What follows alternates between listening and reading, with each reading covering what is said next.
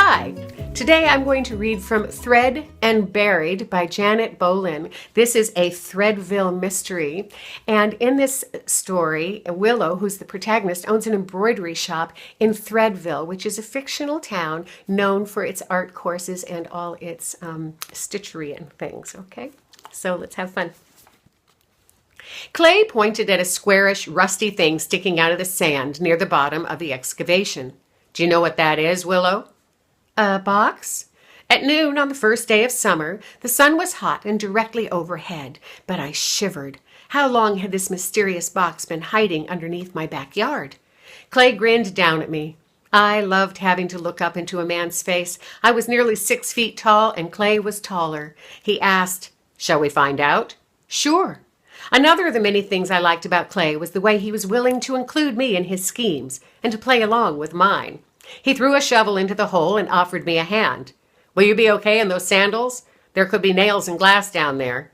His grip was firm, his hand warm and calloused. Fortunately, I'd worn jeans, not a skirt, to work at my machine embroidery boutique in stitches that morning.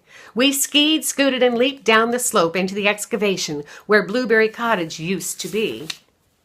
The cottage was now on a sturdy new foundation higher in my backyard, finally safe from floods. Clay had been burying the old foundation stones when his front-end loader had scraped against metal, and he fetched me from my apartment underneath in stitches. I'd been about to fix lunch. He picked up the shovel and eased it into the earth. The muscles in his bare arms bulged. Could he have found the long-lost Elderberry Bay Lodge treasure? Yesterday, one of his employees had unearthed skeletal remains on the grounds of the newly renovated lodge. This morning, the women in my machine embroidery workshop had discussed almost nothing besides that skeleton.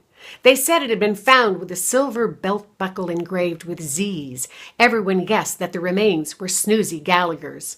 Snoozy had owned the Elderberry Bay Lodge. About 30 years ago, when he'd been in his 60s, Snoozy had disappeared along with the contents of the lodge's safe, a substantial amount of cash, along with several $100,000 worth of jewelry belonging to the lodge's patrons. The heist had occurred during the afternoon before the final banquet at a jeweler's convention, and each of those jewelers' wives had arrived at the lodge prepared to outshine all the others. It must have been an interesting evening.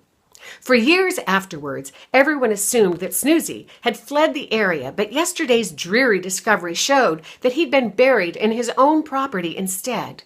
Could his treasure have remained in Elderberry Bay, also, underneath the cottage that I'd bought, along with my shop and apartment, only a couple of miles from Snoozy's lodge and final resting place? Clay gently brushed sand off the box. It was almost big enough to hold one of the sewing and embroidery machines I sold in my shop. He stood back and leaned on the shovel. "I found the chest on your property," he said. "It's yours. You open it." The sun beat into the sandy pit. I knelt beside the box. Above us, Clay's front-end loader stood silent, its bucket high and filled with soil. Without the gallant hero by my side, I might not have tried to budge the warped lid off the chest. I was afraid of finding someone's bones. I was even more afraid when I saw the wadded-up black plastic garbage bag inside the box. Swallowing hard, as if gulping could give me courage, I touched the twist tie. It broke and fell away. Barely breathing, I eased the top edges of the bag apart. I smelled the mildew before my eyes adjusted to the gloom inside the bag, and then I couldn't believe what I saw. The bag seemed to be full of small leather and velvet pouches, discolored and thinned by damp. Carefully, I lifted out a black velvet bag. It was heavy considering its size. I unlooped a fraying silken cord and peeked inside. One thing about platinum and diamonds, they don't tarnish or disintegrate, even after 30 years of being tied in a plastic bag and buried in a steel box in the sand. Thank you for tuning in. I hope you enjoyed this reading from Thread and Buried. If you want to know more about the book or know more about Janet Bolin, go to the links below, hit in the description, and click on Janet's website. I hope to see you soon at another reading. Thanks.